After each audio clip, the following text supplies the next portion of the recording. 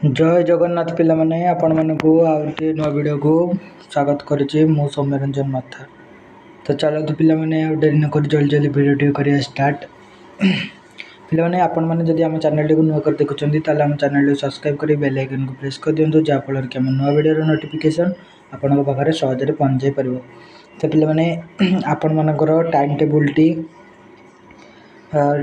Post कर देछि मु जाई से पोस्ट रे देखि परिबे तुम टाइम टेबल सबुदिन से जो डे अनुसार अच्छी से डे रे से टाइम रे से वीडियो अपलोड हम मु सबुदिन वीडियो आने पे ट्राए करुँची कारण मत अभी टाइम होनी। तो आशा करुँच तुम मैंने वीडियो भल लगे चलतु जल्दी जल्दी वीडियो करवा स्टार्ट। तो देख पिला माने आमे या पूर्व पंचम श्रेणी परिवेश विज्ञान दुईटी अध्याय पढ़े सारीचे। आज आम देखा तृतीय अध्याय ना कौन ना खाद्य उत्पादन और अन्यान्य क्षेत्र रे कार्यरत कर्मजीवी है। ताले पिला माने देख कौन देला ना कर्म ही जीवन। प्रत्येक मनीष किछि ना किछि कार्य करी निजर रोजगार करथांती। सेमानक कर्म द्वारा समाजर समस्त उपकार पाइथांती। आस आज परिवहन गमनागमन जोगाजोग कार्य नियोजित विभिन्न कर्मजीवी मानक विषय आलोचना करिबा। तो देख प्रथम कौन आमर आसिला ना प्रथम आमर आसिला गमनागमन आ गोटे परिवहन क्षेत्र में नियोजित कर्मजीवी। गमनागमन परिवहन क्षेत्र में किए किए नियोजित अच्छा ना देख प्रथम जे आम आम कम गोटे स्थान कौन करें अन्य स्थान को जाऊ है। आम आम कम कौन गोटे स्थान अन्य स्थान को जाऊ आमर किसी गोटे कम पड़े तो से आम केमी जाऊ गोटे स्थान अन्य स्थान को साइकेल जाऊ ना कौन रिक्शा रे जीवा ना कौन मोटर साइकेल जीवा ना बस रेल उड़ाजाहाज आदि साहाय्य आम जाऊे। सेहीपरि गोटे स्थान रे मालपत्र मध्य अन्य स्थान को जाउची गोटे स्थान रु माल मध्य अन्य स्थान को जाउची।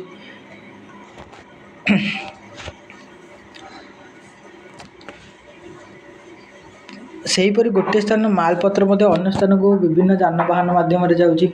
ए सब को गमनागमन परिवहन कार्य कही था। यही सब कार्य विभिन्न लोक कौन कर विभिन्न प्रकार काम करि। से भाव में गमनागमन निमंते रास्ता एकांत आवश्यक। गमनागमन करने को हेले माने गोटे जगह अन्य जगह को जीवाक हेले रास्ता होची आम पई अत्यंत जरूरी। तो रास्ता तैयारी काम रे कौन हुए ना रास्ता एकांत जो आवश्यक। तो रास्ता केमिति हम ना रास्ता को आम तैयारी करिया को पड़िबो। रास्ता को तैयारी करले कौन हम ना रास्ता केमिति हम ना रास्ता को आमको कौन करिया पड़िबो तैयारी करिया को पड़िबो। रास्ता केमिति तैयारी करवा ना रास्ता तैयारी काम रे बहुत श्रमिक ठिकादार जंत्री आदि कार्य करती है। जंत्री माने पिला माने होची इंजीनियर ठिकादार माने जो माने लोक माने को नेकी काम करती एवं से गुड़िक तदारख करती। श्रमिक मैंने तो जानी जो साधारण लोक जो मैंने काम करती। तो रास्ता तैयारी करने आवश्यक सामग्री गुड़िक कौन कौन दरकार ना गोड़ी चिप्स मोरम जोड़ा पिचु बाली सिमेंट इत्यादि जिनस सब दरकार। प्रस्तुत करवा जोगाइवाई विभिन्न कर्मचारी थांती। ये सब जिनस को जोगाइवाई तैयारी करने बहुत सारा कर्मजीवी नियुक्त थांती। रास्तार योजना मध्य जंत्री द्वारा होता है। रास्तार योजना करिया किए थांती इंजीनियर माने थांती। तापर पिला माने देख रास्ता तैयारी करने साधारणतः ठिकादार को नियुक्ति दिया जाए। से रास्तार काम पर श्रमिक नियोजित करती। रास्तार निर्माण कार्य ठीक भाव कि नहीं ताहा जंत्री माने तदारख करती। बुझिपाल जंत्री माने इंजीनियर माने तदारख करती। ताले पिला माने देख ये कौन देला ना कर्मजीवी काम गुड़िक लेख। रास्ता कार्य नियोजित कर्मजीवी रास्ता तैयारी बेले तांकर कार्य ताले एटा कौन हम। तो पिला माने ये तुम देजी कर्मजीवी काम गुड़िक लेख। रास्ता कार्य नियोजित थिबा कर्मजीवी प्रथम गोटे हूँ ना माल परिवहन कि कौन करा जाए ना गोटे हूँ रास्ता कार्य नियोजित कर्मजीवी कर्मजीवी हूँ गोटे कौन ना गोटे हम ड्राइवर है ड्राइवर। तो ड्राइवर काम कौन ना माल परिवहन करवा माल परिवहन कि ना ड्राइवर गाड़ी रे माल आनिकी पकेब पकेला परे रास्ता काम हम। तापर आउ गोटे कौन ना आउ गोटे हम श्रमिक माने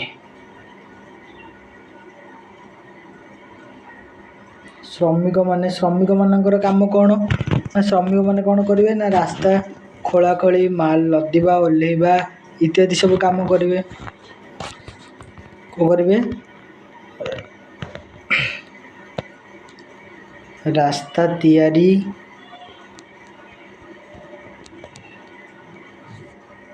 माल लदिबा ओल्हेबा इत्यादि करेंगे।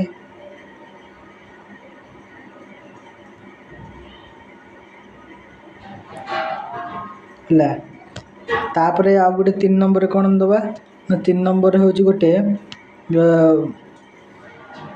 3 नंबर मेकानिक कौन ना मेकानिक एथिपाई कि आसो जे कौन से यांत्रिक त्रुटि हेले ताकू ठीक करने है कौन से यांत्रिक त्रुटि हेले ताकू ठीक करने ताले रास्ता कार्य नियोजित कर्मजीवी तांकर कार्य गुड़िक लिखिदेल। तापर एबे नेक्स्ट आम देखा कौन ना तुम्हें जड़े जान जे लोक मैंने जीवा आसवा और जिनपतर नेबा आनिबापी शगड़ रिक्शा ट्रक आदि जान व्यवहार करती। यही सब जान सड़क पथर जीवा आसवा करे केतेक श्रमिक माल लदिबा ओल्हेबा काम करता आउ केते जन जान चलाइबा चालक बा ड्राइवर भाव कार्य करथांती ताकू साहाय्य करने कौन था साहाय्यकारी था कौन कहुए ना हेल्पर कहुए। आम बस रे यातायात कला बेले विभिन्न कर्मचारी काम करने लक्ष्य करता बस क्यों कर्मचारी क्यों काम करती तल कोठरी रे लिख देख तले गोटे कोठरी देती बस क्यों कर्मचारी क्यों काम करती से ये लिखा। तो देख प्रथम देती कौन ना कर्मचारी कार्य गाड़ी चलाइबा कार्य कहार ड्राइवर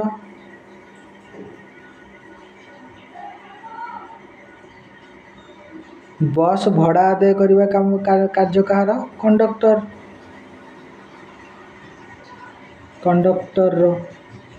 है गाड़ी को जिनपतर उठाइबा और लोकों को साहाय्य करने कार्य कहार हेल्पर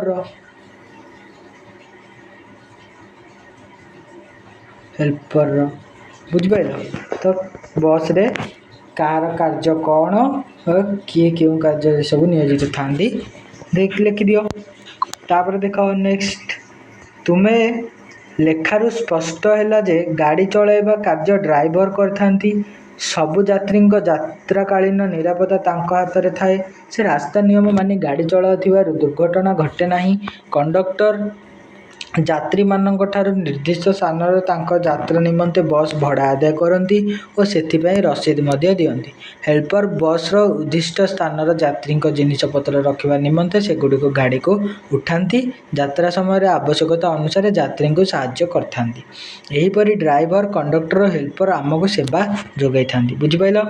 तापर पिला माने आम सेवारे नियोजित बस ट्रक रिक्शा आदि जानवाहन गुड़िक विभिन्न समय यांत्रिक त्रुटि देखा जाए तेणु से सब गाड़ीर मरामती दरकार पड़े। गाड़ीर मरामती निमंते ग्यारेज अच्छी एठारे मेकानिक माने कौन करती अच्छा से गाड़ी को सजाड़ी से सेवा विनिमय आवश्यक पाउना नियंती।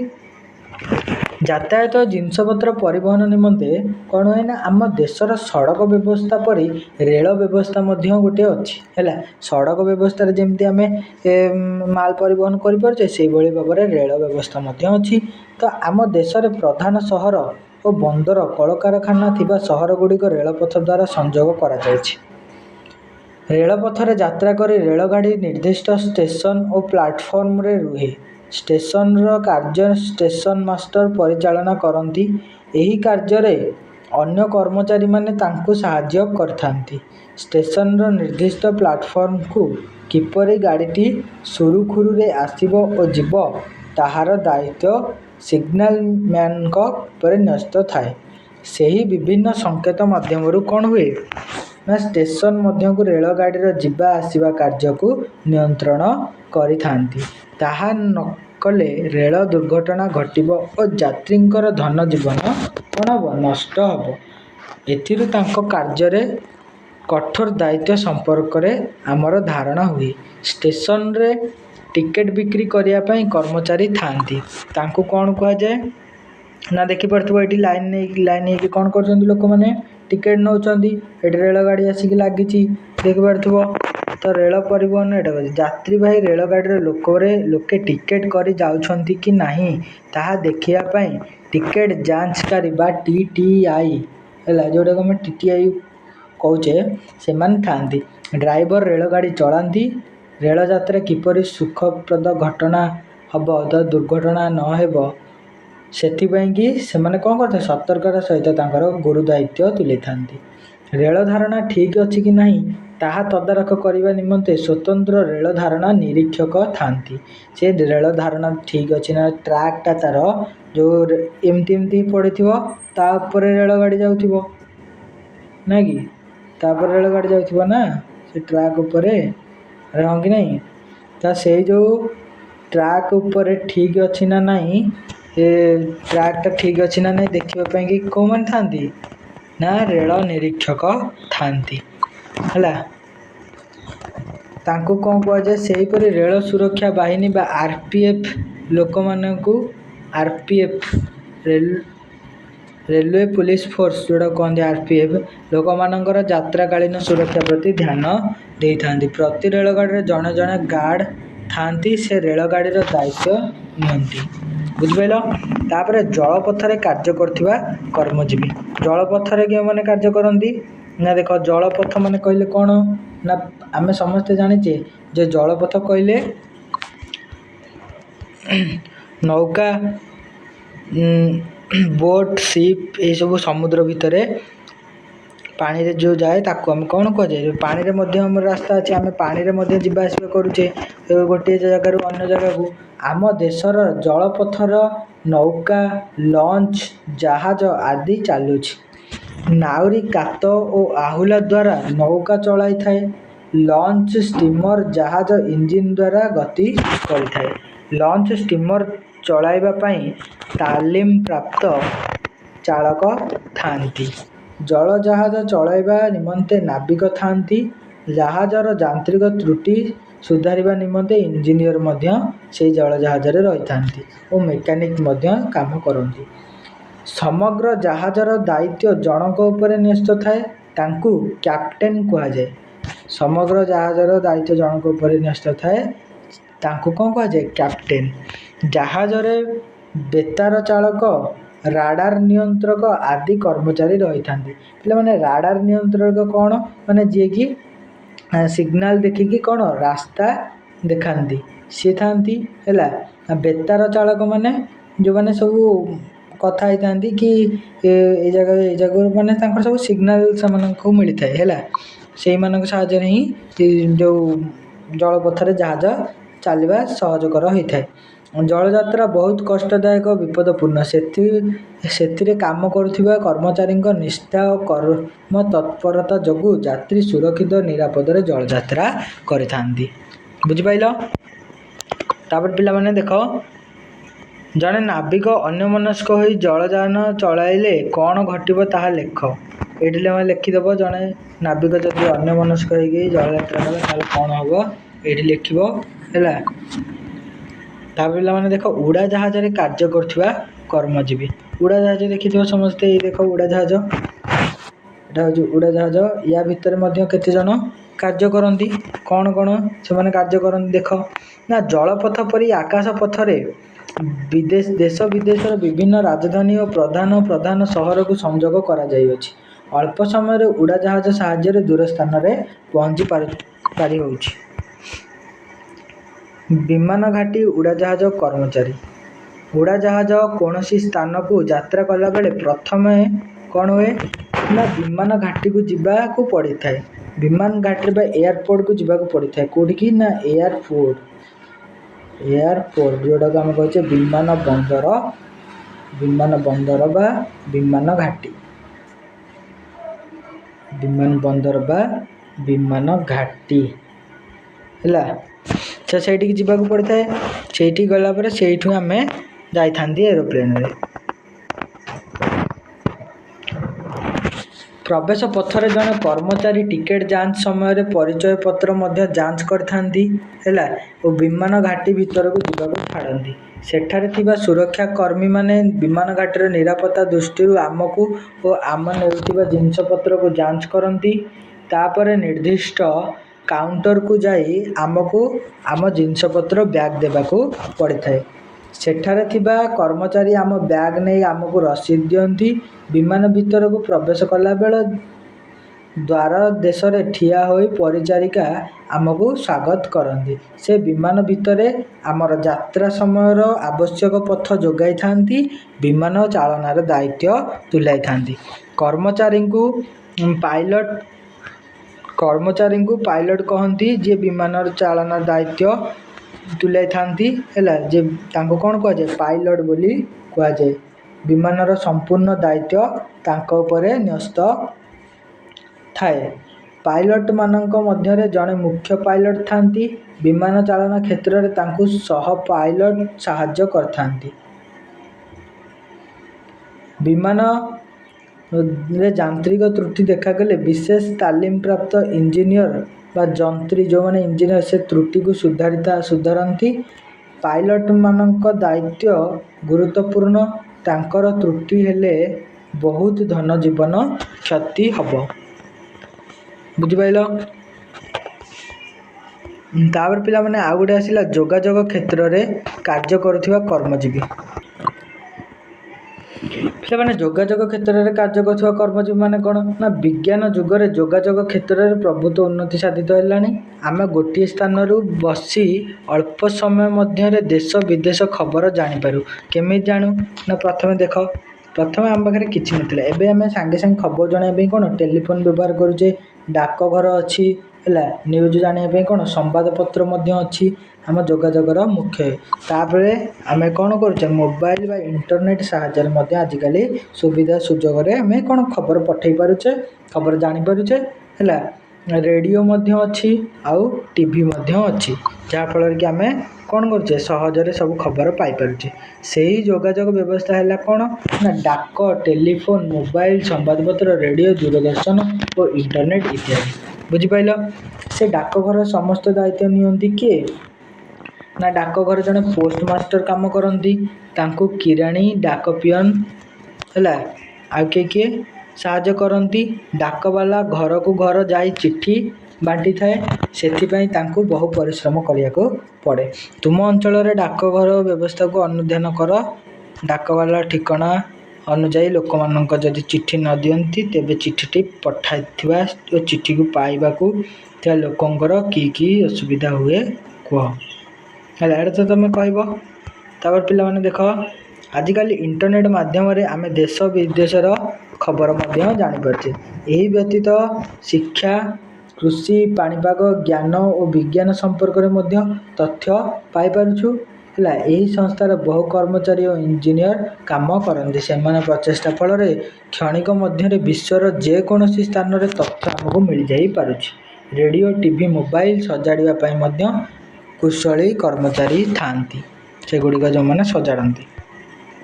ତାପରେ ପିଲାମାନେ ରହିଲା ବ୍ୟବସାୟ ଆଉ ବାଣିଜ୍ୟ ହେଲା। ପିଲାମାନେ ବ୍ୟବସାୟ ଓ ବାଣିଜ୍ୟ କହିଲେ କ'ଣ ନା ବ୍ୟବସାୟ ବାଣିଜ୍ୟର କେମିତି ଗୁରୁତ୍ୱ ରହିଛି ନା ତୁମ ଅଞ୍ଚଳରେ ମିଳୁଥିବା କେତେକ ଜିନିଷପତ୍ର ତାଲିକା ସହ ତୁମେ ଅନ୍ୟ ଅଞ୍ଚଳ ଉପରେ ନିର୍ଭର କରୁଥିବା ଜିନିଷପତ୍ର ତାଲିକା ତଳ କୋଠରୀରେ ଲେଖ। ଦେଖ ତୁମେ କ'ଣ ସବୁ ଜିନିଷପତ୍ର ତୁମ ଅଞ୍ଚଳରେ ମିଳୁଥିବା କେତେକ ଜିନିଷପତ୍ରର ତାଲିକା କର। ନା କ'ଣ ନା ଗୋଟେ ହେଉଛି ପୋଷାକ,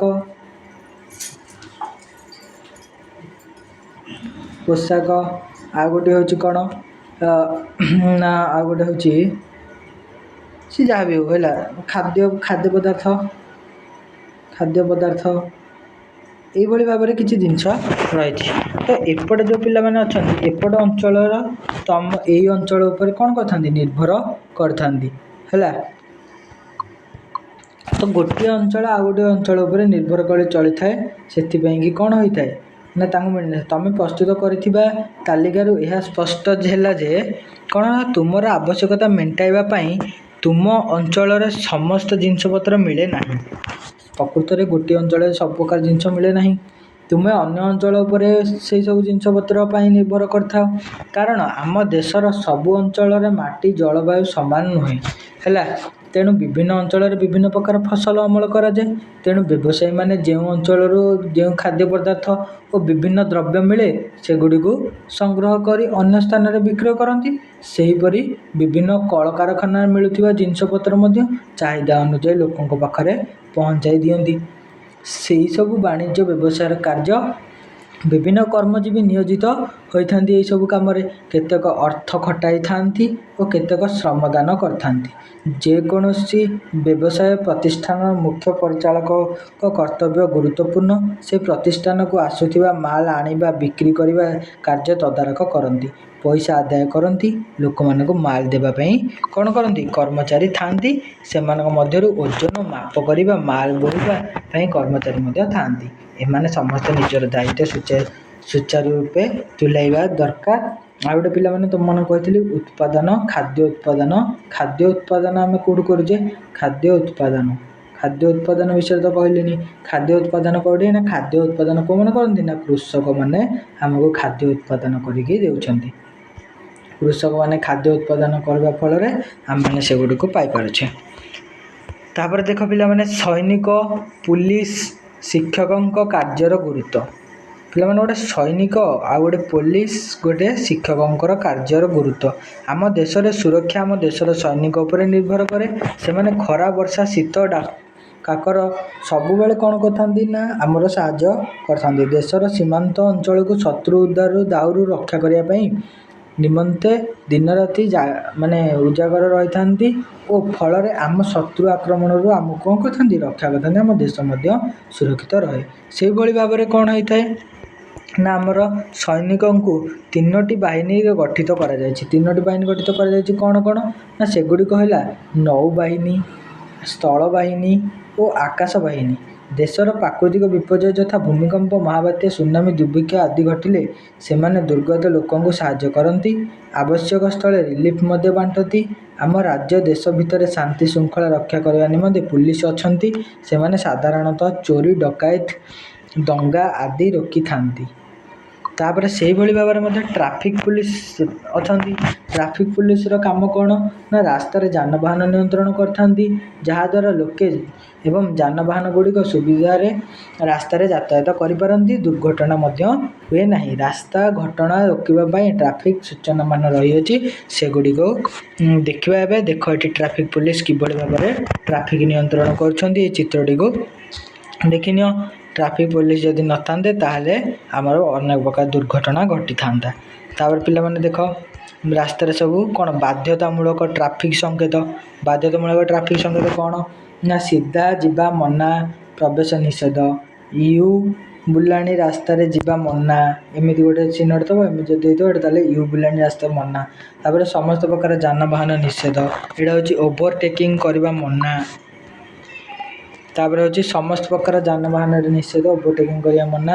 ସାଇକେଲ ଯିବା ମନା, ଏଠାରେ ହର୍ନ ବଜାଇବା ମନା। ତାପରେ ପଥଚାରୀଙ୍କ ପାଇଁ ନିଷେଧ, ପାଦ ଚଲାଇକି ଯେଉଁମାନେ ଯାଉଛନ୍ତି ସେମାନେ ଏଠି ଯାଇପାରିବେନି। ପାର୍କିଂ କରିବା ମନା, ଡାହାଣ ବୁଲିବା ରାସ୍ତା ଯିବା ମନା, ଗାଡ଼ି ରଖିବା ମନା, ବାମ ବୁଲାଣି ରାସ୍ତାରେ ଯିବା ମନା।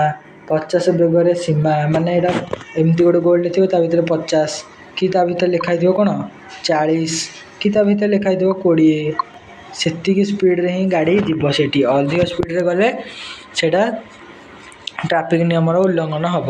ତାପରେ ସତର୍କତାମୂଳକ ଟ୍ରାଫିକ ସଂକେତ କ'ଣ ନା ସତର୍କତାମୂଳକ ଟ୍ରାଫିକ ଡାହାଣ ପାର୍ଶ୍ୱରେ ମୋଡ଼ ଅଛି, ଏମିତି ଗୋଟେ ଚିହ୍ନଟ ଦେଇଥିବ, ସାଇକେଲ ଦେଇଥିବ ଭିତରେ, ସାଇକେଲ ଦ୍ୱାରା ରାସ୍ତା ପାର ହେବା।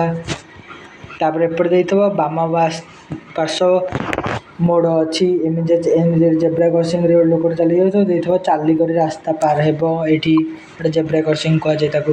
ଡାହାଣ ପାର୍ଶ୍ୱରେ ତୀକ୍ଷ୍ଣ ମୋଡ଼ ଅଛି, ମାନେ ଏମିତି ଯାଇ ଗୋଟେ ଏମିତି ରାସ୍ତାଟା ବୁଲିଥିବ ଯଦି ସେଠି ଲୋକ ଜାଣିପାରିବେନି, ସେଥିପାଇଁ ସେଇଟା କରିଦେଲା ତୀକ୍ଷ୍ଣ ମୋଡ଼ ଅଛି। ଏପଟେ ଆଗରେ ବିଦ୍ୟାଳୟ ଅଛି, ଗୋଟେ ପିଲାଟେ ଥିବ ସ୍କୁଲ ବ୍ୟାଗ୍ ପକେଇକି ଯାଉଥିବ। ଆଉ ଶ୍ରମିକ କାର୍ଯ୍ୟରତ ଅଛି, ନଦୀଘାଟ, ଆଗରେ ହମ୍ସ ଅଛି, ବିପଦପୂର୍ଣ୍ଣ ଖାଲ, ଅଣଓସାରିଆ ପୋଲ, ବାମ ପାର୍ଶ୍ୱ ତୀକ୍ଷ୍ଣ ମୋଡ଼। ସବୁ ଦେଖିଲ ପିଲାମାନେ। ତାପରେ ସୂଚନାମୂଳକ ଟ୍ରାଫିକ୍ ସଂକେତ। ସୂଚନାମୂଳକ ଟ୍ରାଫିକ୍ ସଂକେତ ଦେଖ କ'ଣ ନା ସାର୍ବଜନୀନ ଦୂରଭାଷ, ଆମର ଟେଲିଫୋନ୍ ଥିବ। ଆଶୁ ଚିକିତ୍ସା ସ୍ଥାନ, ମାନେ ଏମିତି ଗୋଟେ ପ୍ଲସ୍ ଚିହ୍ନଟେ ଥିବ, ଏମିତି ଗୋଟେ ହେଇଥିବ। ଏଇଟା କ'ଣ ଜାଣିବ ଯେ ଏଠି ଗୋଟେ ଚିକିତ୍ସା ଚିହ୍ନ ଅଛି। ତାପରେ ଗୋଟେ ପି ଲେଖା ହେଇଥିବ, ଇଆଡ଼େ ଗୋଟେ ତୀର ଚିହ୍ନ ଏମିତି ମରା ହେଇଥିବ। ଡାହାଣକୁ ଯଦି ଥିବ ଏହି ଦିଗରେ ଗାଡ଼ି ରଖିବା ସ୍ଥାନ। ତାପରେ ଗୋଟେ ଏମିତି ଗୋଟେ ହେଇଥିବ, ତା ଭିତରେ ଗୋଟେ ପେଟ୍ରୋଲ ପମ୍ପର ଚିହ୍ନଟେ ଗୋଟେ ଥିବ ହେଲା। ତାକୁ କ'ଣ କହିବ ନା ସେଇଟା ଗୋଟେ ହେଇଥିବ କ'ଣ, ସେଇଟା ଗୋଟେ ପେଟ୍ରୋଲ ପମ୍ପ। ତାପରେ ଏମିତି ଗୋଟେ ବେଡ଼୍ ଥିବ, ଗୋଟେ ପ୍ଲସ୍ ଚିହ୍ନ ହେଇଥିବ, ଯଦି ଜାଣିବ ଏଠି ଗୋଟେ ଡାକ୍ତରଖାନା ଅଛି। ତ ଆଜିକାଲି ଆମ ରାଜ୍ୟର ପୁଲିସ ସଂସ୍ଥା ସୁସ୍ଥ ସମାଜ ଗଠନ ସହାୟକ ହେଉଛି। ଅପରାଧୀ ଘୃଣା ନ କରି ସେ କିପରି ଅପରାଧ ନ କରିବ ସେଥିପାଇଁ ତା'ର ମାନସିକ ପରିବର୍ତ୍ତନ ଉପରେ ଗୁରୁତ୍ୱ ଦିଆଯାଉଛି। ଏତଦ୍ ବ୍ୟତୀତ ଆମ ଦେଶର ଶିକ୍ଷକ, ଓକିଲ, ଡାକ୍ତର, ବୈଜ୍ଞାନିକ ପ୍ରଭୃତି ଅନେକ କର୍ମଜୀବୀ ଅଛନ୍ତି। ଶିକ୍ଷକ ତାଙ୍କ ଜୀବନ କାଳରେ ବହୁ ପରିଶ୍ରମ କରି ଛାତ୍ରଛାତ୍ରୀଙ୍କୁ ପଢ଼ାଇଥାନ୍ତି, ସେମାନଙ୍କୁ ଉତ୍ତମ ଚରିତ୍ର ଗଠନ ଦିଗରେ ସହାୟକ ହୋଇଥାନ୍ତି। ସେ ଶିକ୍ଷାଦାନ କରୁଥିବା ଛାତ୍ରଛାତ୍ରୀମାନେ ଭବିଷ୍ୟତରେ ତାଙ୍କ ଜ୍ଞାନର ପ୍ରୟୋଗ କରି ବହୁ ଦ୍ରବ୍ୟ ଉତ୍ପାଦନ କରୁଛନ୍ତି। ଶିକ୍ଷକଙ୍କ ପ୍ରଚେଷ୍ଟାରେ ଡାକ୍ତର, ଓକିଲ, ବୈଜ୍ଞାନିକ ପ୍ରଭୃତି କର୍ମଜୀବୀ ସୃଷ୍ଟି ହୋଇପାରୁଛନ୍ତି। ତାହେଲେ ପିଲାମାନେ ଆମ ଦେଶରେ ଶିକ୍ଷକଙ୍କର ଗୁରୁତ୍ୱ ଅତି ମହତ୍ତ୍ୱପୂର୍ଣ୍ଣ। ତାହେଲେ ଶିକ୍ଷକ ହେଉଛନ୍ତି ଭେରି ଇମ୍ପୋର୍ଟାଣ୍ଟ ପର୍ସନ୍ ହେଲା, ଭେରି ଇମ୍ପୋର୍ଟାଣ୍ଟ ପର୍ସନ୍। କେବେ ବି ହେଲେ ସେମାନଙ୍କୁ ଅସମ୍ମାନ କରିବା କଥା ନୁହେଁ। ପୂର୍ବରୁ ଆଲୋଚିତ ହେଉଥିବା ସୈନିକ, ପୁଲିସ, ଶିକ୍ଷକ, ଅନ୍ୟାନ୍ୟ କର୍ମଚାରୀମାନଙ୍କ କାର୍ଯ୍ୟଗୁଡ଼ିକ ଯେଭଳି ଗୁରୁତ୍ୱପୂର୍ଣ୍ଣ, କୃଷକ କାର୍ଯ୍ୟ ମଧ୍ୟ ସେହିଭଳି ଭାବରେ ଗୁରୁତ୍ୱପୂର୍ଣ୍ଣ। କୃଷକ ଖାଦ୍ୟ ଉତ୍ପାଦନ ନ କଲେ ଖାଦ୍ୟ ଅଭାବ ଦେଖାଯିବ। ଖାଦ୍ୟଦ୍ରବ୍ୟ ଉତ୍ପାଦନକାରୀ ନିତ୍ୟ ବ୍ୟବହାର୍ଯ୍ୟ ଜିନିଷ ଉତ୍ପାଦନକାରୀଙ୍କ ଭୂମିକା ମଧ୍ୟ ଗୁରୁତ୍ୱପୂର୍ଣ୍ଣ ଅଟେ। ବୁଝିପାରିଲେ ପିଲାମାନେ?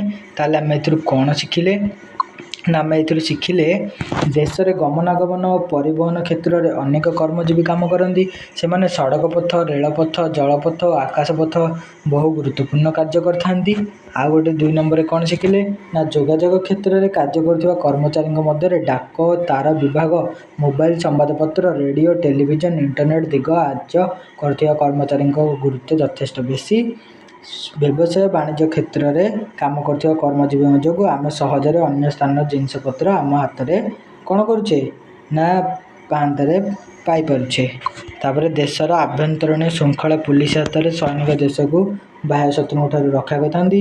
ଆଉ ଗୋଟେ ହେଉଛି ଟ୍ରାଫିକ୍ ପୁଲିସ, ଲୋକମାନେ ଯାନବାହନ ସଡ଼କକୁ ନିରାପତ୍ତା କରିଥାଏ, ଯାହାଫଳରେ କି ଆମେ ଯାତାୟାତ ସହଜରେ କରିପାରୁ। ଟ୍ରାଫିକ୍ ସୂଚନାମାନଙ୍କୁ ଦେଖି ରାସ୍ତାକୁ ବୁଝି ଯାତାୟାତ କଲେ ଦୁର୍ଘଟଣା ଘଟିନଥାଏ। ଶିକ୍ଷକ ଶିକ୍ଷାଦାନ ମାଧ୍ୟମରେ ଦେଶର ଭବିଷ୍ୟତ ନାଗରିକ ଗଠନ କରନ୍ତି। ଅନ୍ୟ କର୍ମଜୀବୀଙ୍କ ଭଳି କୃଷକମାନଙ୍କ କାର୍ଯ୍ୟ ମଧ୍ୟ ଗୁରୁତ୍ୱ ଅଟେ ହେଲା। ତ ପିଲାମାନେ ନେକ୍ସଟ ଭିଡ଼ିଓରେ ଆମେ କ'ଣ କରିବା ନା ଏହାର ଅଭ୍ୟାସ କାର୍ଯ୍ୟ ଆଲୋଚନା କରିବା। ଆଜି ପାଇଁ ଏତିକି, ରହିଲି। ଜୟ ଜଗନ୍ନାଥ। ଭିଡ଼ିଓଟି ଭଲ ଲାଗିଥିଲେ ଭିଡ଼ିଓଟିକୁ ଲାଇକ୍ କରି ସେୟାର କରିଦିଅନ୍ତୁ ସାଙ୍ଗ ପିଲାମାନଙ୍କ ପାଖକୁ, ଯାହାଫଳରେ କି ସେମାନେ ମଧ୍ୟ ଦେଖିକି ଏହି ବିଷୟଟିକୁ ଭଲ ଭାବରେ ବୁଝିପାରିବେ। ତ ରହିଲି ପିଲାମାନେ।